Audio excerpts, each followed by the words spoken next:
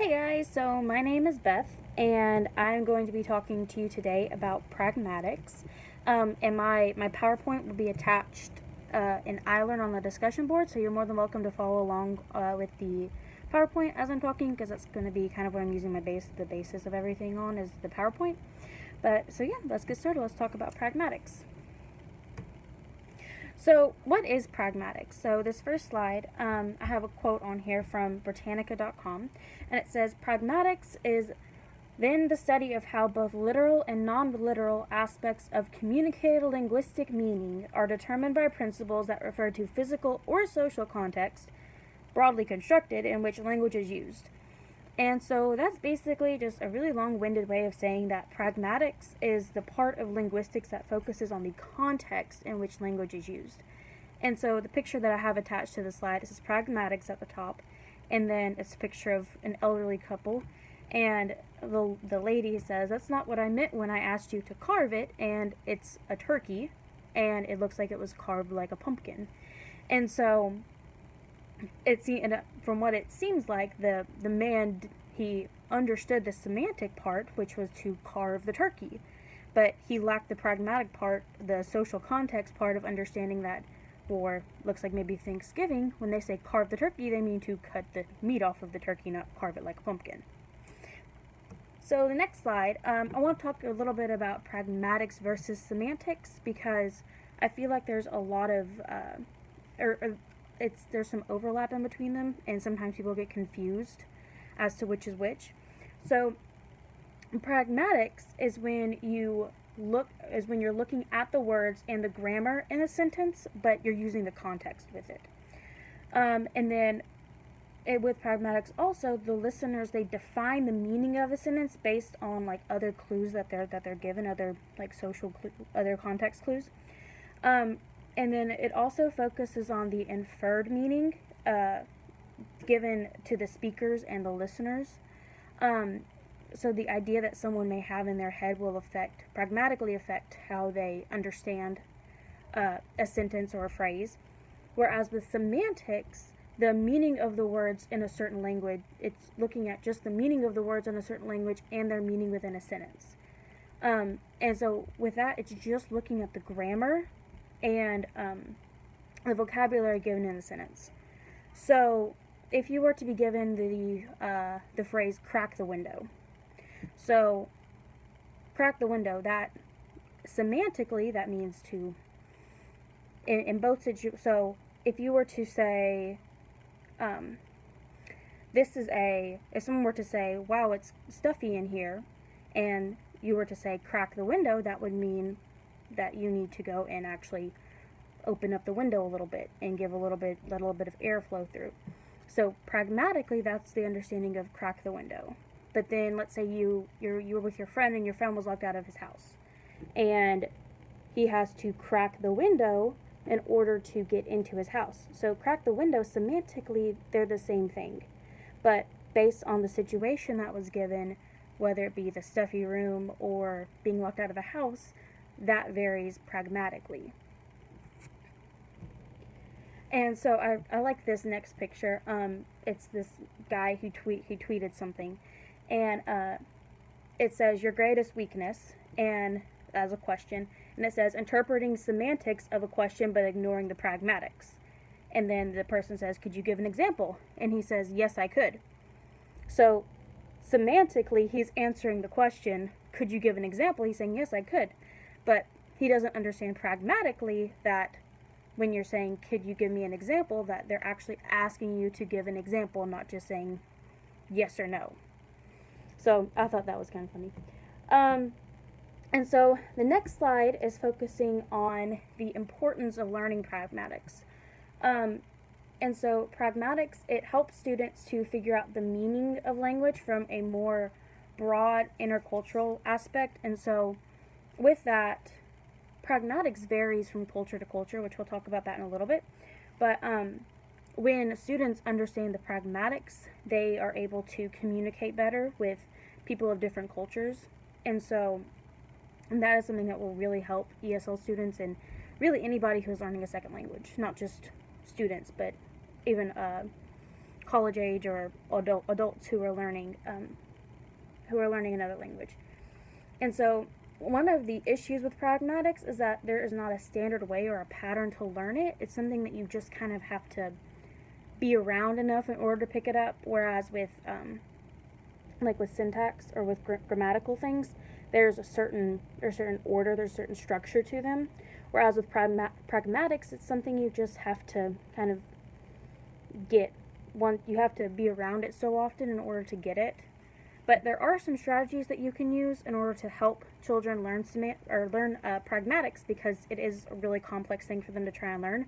But we'll talk about that in a little bit. And ESL students have to be careful about the pragmatics from their culture and determine how it does or does not fit with English. So, like an ESL student, they might bring over, I think it's with some Hispanic cultures where their personal space, they stand a lot closer to someone who they're talking to than we necessarily do here in the U.S. And so that's something that's a cultural aspect that really doesn't fit with what we do here. And so that's something that maybe if there's a new student in your class who comes up to you and is trying to talk to you and they're really close to you, they just may not understand pragmatically that, that's not really how you're supposed to be. You're not supposed to be that close, because they don't understand. That's something that is done and accepted in their culture, whereas in the U.S. that's not really something we do too often. And so ESL students, they have to go and they have to, almost by a trial and error type process, they have to figure out, well, does this social cue, do these social contexts, do they fit into the society or the culture that I'm in now? And so that takes, like I said, some trial and error and just some working on it with their teacher. And then, since pragmatics it's not a very structured thing like grammar, like I said before, teachers can find different activities to accommodate diverse learners. And so that's one of the good aspects about learning about pragmatics, is there isn't really since there isn't a structure, there are a lot of different ways you can go about teaching it. And so if a student may struggle with one activity with pragmatics, well, there's something on the complete other end of the spectrum of pragmatics, that a different activity that you could give them that may help them understand a little bit better. And so the next slide talks about what are the three components of pragmatics. And so when it comes to people using pragmatics in their daily life, there are three components they must take into account. So the first is the ability for the person to use the language in different situations, such as to command, to request, to greet, or to inform. So you wouldn't say the same thing to someone as they're coming to you as they would be going away, or you wouldn't typically say goodbye to someone who's walking towards you, and you wouldn't say hello to someone who's walking away from you typically. So that's a very vague example, but they have to be able to understand that different situations call for different language use. And so the second component is the ability to change the language in order to best meet the needs of an audience. And so an example of this would be talking to a baby in a different way that you would talk to an adult. So I would talk to an adult like I would be talking to you all. Whereas with a baby, you would probably talk to them like in a little baby voice or something like that. Or another example is when if you're having a conversation with somebody and they have this confused look on their face, and then that kind of prompts you to explain in more detail or to explain in a different manner, that is also something that ESL students must learn with pragmatics, is that they have to take that into account. And so the third component is, and this is probably the most difficult component of pragmatics, are these unspoken rules of conversation, which, like I said, kind of vary from culture to culture, which goes back to like standing too close to somebody when you're talking, or with some cultures it's looking people directly in the eye when they're talking to you. And And then these rules can include looking at the speaker, standing an appropriate distance away, and using facial expressions. So in some cultures it may be acceptable, or it may be acceptable to just when somebody's talking to you, you just kind of look at them with a blank face. Whereas kind of in U.S. culture, most of the time when someone's explaining something to you, you kind of nod, or like you move your face in some way to kind of give them the idea that you're listening. Whereas in other cultures, that may not be the case. Okay, and so the next slide talks about some examples of pragmatic language skills. And so some examples of these unspoken rules that people have to take into account when they're speaking would include eye contact, which we talked about a little bit. Asking questions, that's something that some cultures, I can't think of which one specifically, but some cultures, they don't, when kids are in school, they don't really encourage them to ask too many questions. Whereas in the U.S. or in the United States, we encourage kids to ask questions if they don't understand things. And so if you have a student from one of these cultures where they don't really ask questions, you kind of have to take another step and kind of work with them one-on-one to make sure that they're actually understanding it, because they probably won't ask questions and you don't want them to be left in the dust. We also talked about facial expressions, the different facial expressions. The body language. So sometimes people will stand with their arms crossed, or different body language will give people different signals. And so students really have to understand that the different way that you have your different body language, they will it gives like an idea to the speaker. Asking for help or offering help. So that kind of goes back to asking questions. So in some cultures, people don't ask questions when they're in school. They don't raise their hand and they don't ask, I don't understand the answer to number 2. Whereas in the U.S., that's something that we do more, that we do in class. So kids may struggle a little bit if they first come into your classroom understanding these different pragmatic skills. And we already talked about body distance and personal space when having a conversation. Okay, so now we're going to talk about pragmatic transfer. This was something I hadn't really heard of before, so it was really interesting to look into.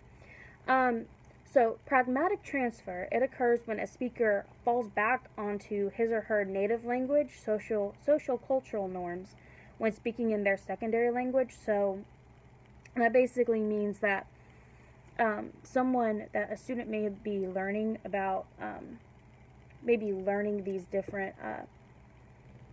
these different pragmatic skills, and maybe learning English as their second language.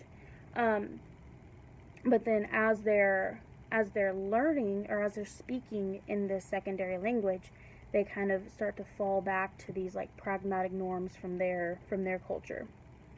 And it can be intentional or it can be unintentional on the part of the speaker. And so when pragmatic transfer occurs, the speaker takes into account their comprehension, production, and their learning of the secondary language. And so similar to how phonology, syntax, semantics, and other language processes can have a positive or negative outcome, pragmatic transfer can also be positive or negative. And so with pragmatic transfer, so lost my train of thought. Yep, we're just gonna move on. All right, so social communication disorder. So this doesn't really have too much to do with ESL, but I do think that it is important that that we as teachers understand it, because I had never heard about it before I started researching pragmatics. So I feel like it is important for us to understand, because there is a chance that we will have a student in our class who has SCD, social communication disorder. So I feel like it's important for us to understand what it is. So, social communication disorder is a condition where people they struggle to understand pragmatics or the underlying rules of conversation. Um, and so, people with SCD they may not understand like the back and forth of a conversation. Like, if I was talking to someone right now, they wouldn't understand that as soon as I finish talking, that they start speaking, and then when they finish talking, I start speaking. They wouldn't really understand that back and forth. Um, or they may talk for long periods of time, an extended period of time, or may even interrupt conversations just out of the blue. Um, and so, some conditions that are related to SCD they include autism and ADHD. So, with autism, the students they have like this heightened interest in a topic, and they struggle a lot with social skills. I know that there's one student at my residency school who uh, it's not. I don't think he's been all the way through the testing, but it's pretty obvious to the teachers there that he is autistic, um, and he loves is it Sonic the Hedgehog. He has a backpack. He draws me pictures almost every day about Sonic, but he does struggle like out on the playground. He does struggle to play with his peers, to run around on the playground and play tag or hide and seek or whatever it is they're playing. He's usually off walking by himself, or playing his own game in his mind or whatever he's doing. Um, and then with ADHD, they students who have ADHD, they also struggle with social communication skills. Um, like I know my little brother, he has ADHD, and sometimes it is a bit of a struggle for him to talk with other people, to carry on conversations with people, just because he's so hyperactive, and so it's hard for him to focus on one thing, and it's hard for him to really get the idea of these other social clues, because he's so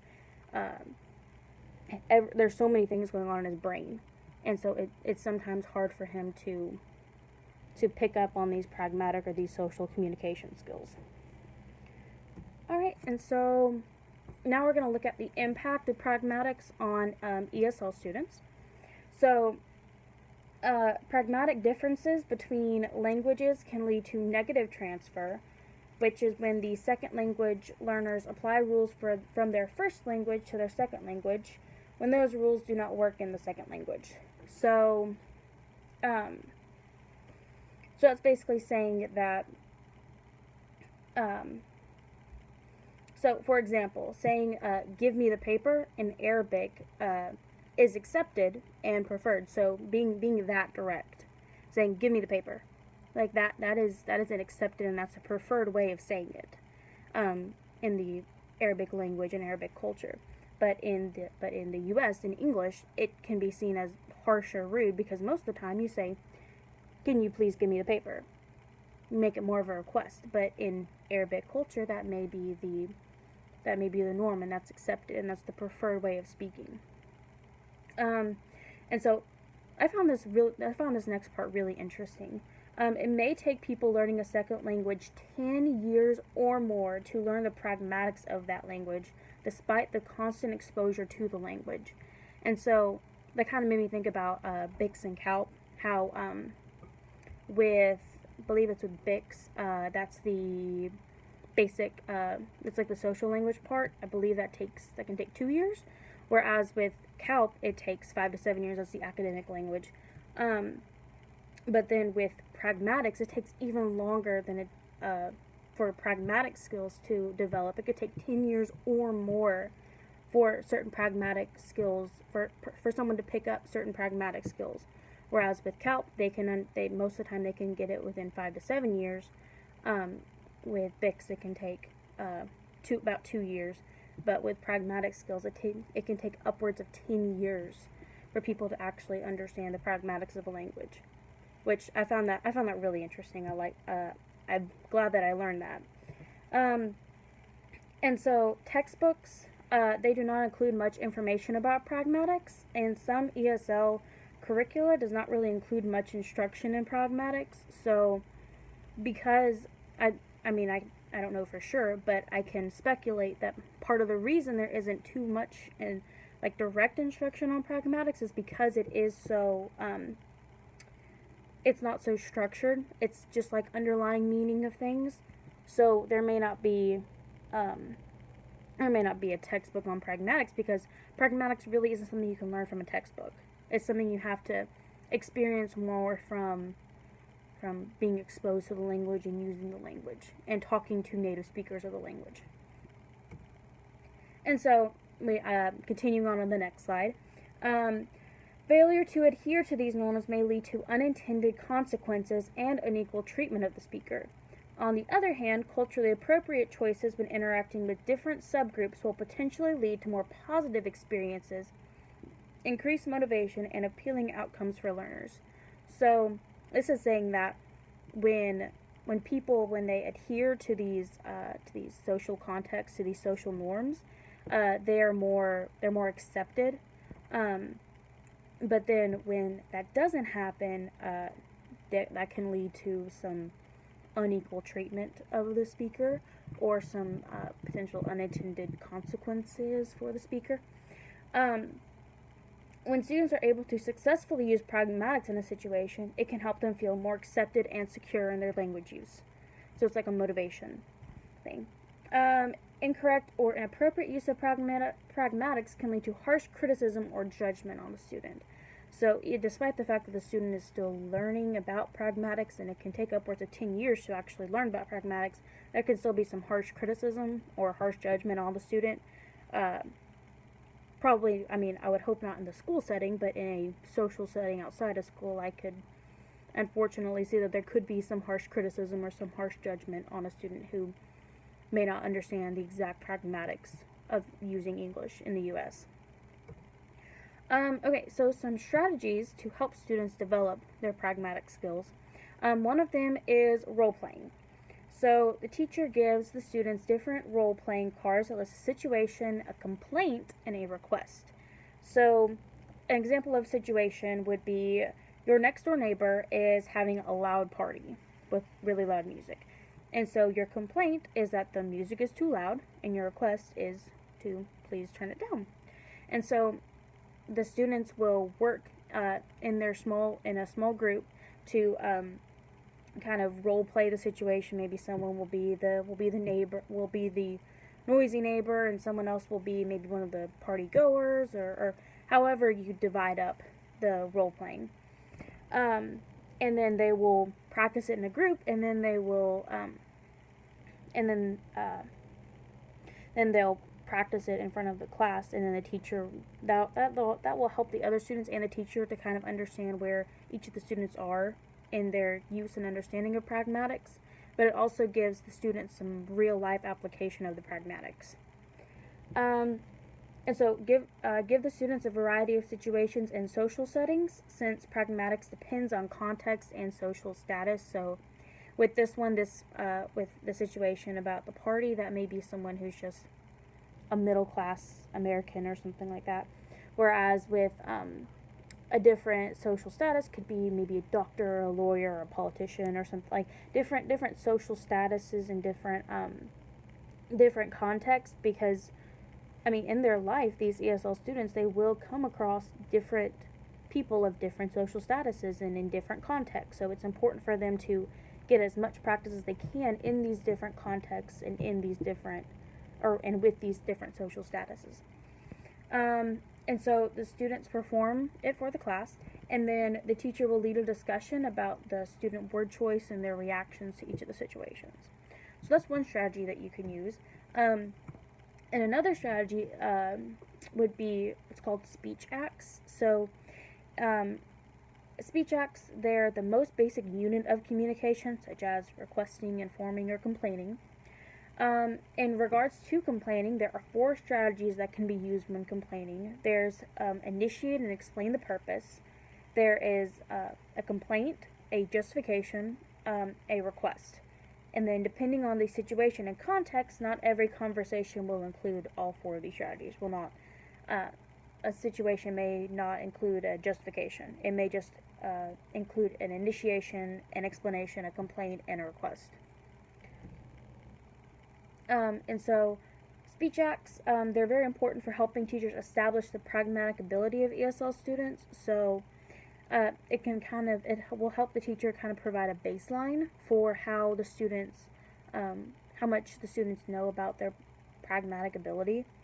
And then once the teacher has established each of the students' ability, he or she can create different speech acts and activities to help the students develop their pragmatics. And so, like I said, like, speech acts can kind of serve as a baseline, and then the teacher can go back in maybe a few weeks after practicing them and give the speech acts again and see how much the student has improved or what areas they need to work more on. And so I have some discussion questions that I will post to iLearn. But the first one is that what are the 3 components of pragmatics? What are some strategies to help develop pragmatics? Why is it important for students to learn about pragmatics?